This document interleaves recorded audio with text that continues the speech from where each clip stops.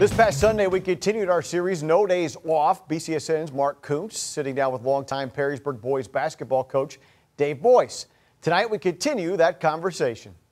You've been coaching quite some time. What is the biggest changes you've seen? Has it been the off-the-court stuff, the summer stuff? Has it been the addition to the three-point line? What has changed the most about the game of basketball in your time as a head coach? Well, yeah, I think over time, the single biggest thing is the emphasis from being a big man's game to being now a guard's game to spreading the floor. The impact of the three-point shot is just totally changed the game.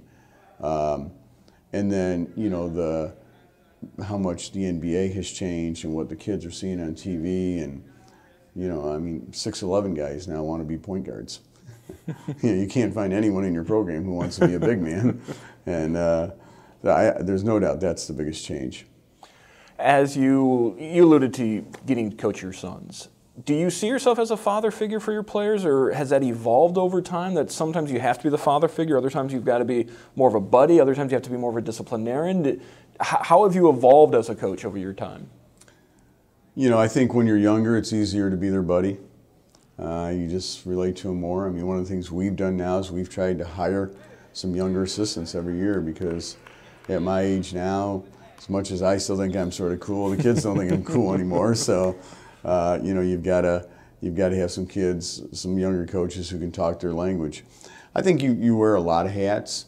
You know, I think the guys who I coached down in Columbus needed more of a father figure very often. The guys here, they don't always need that. But, you know, you're trying to find out what each player needs. And if you can do it for them, you try and do it for them. If not, hopefully you have an assistant who can do it for them. I mean, I think that's definitely true, is that you don't always relate the same to every player or as well to every player. I think probably the thing that I've tried to do consistently through the years is teach kids how to win, and to teach them that learning how to win at this game translates to later life as well. And, you know, it's not whether or not you can shoot a 15-footer or, you know, rebound. It's whether or not you can make the right play at the right moment. If you can finish off a game, if you can understand the time and score and the scouting report and all those kinds of things. Those are the things that relate to later life. Those are the things that I think, you know, I've consistently tried to get across to kids. What brought you into basketball? I think my parents put a hoop up in our driveway when I was 6 years old, and I know I missed school one day. I think I was in 5th grade, and went up to my mom because she wanted me to stay home the next day, and I said, "Hey, I'll never get to play for the Milwaukee Bucks, who back then had Oscar Robertson and Lou Alcindor, if I don't get to school." And I think it was one of those things where I was hooked when I was a young kid. And you've certainly had an interesting path to teaching, because you did not come out of school thinking you're going to be a teacher. You had a different career path lined up, and coaching has really kind of brought you into teaching then.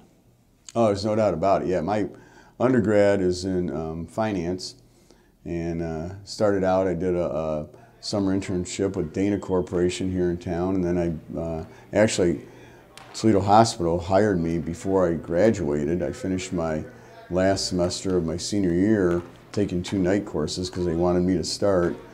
At the time, I was the head coach at Northwood, but I was using all my sick time, vacation time, personal time, comp time to go to practice, to get on buses, to go scouting.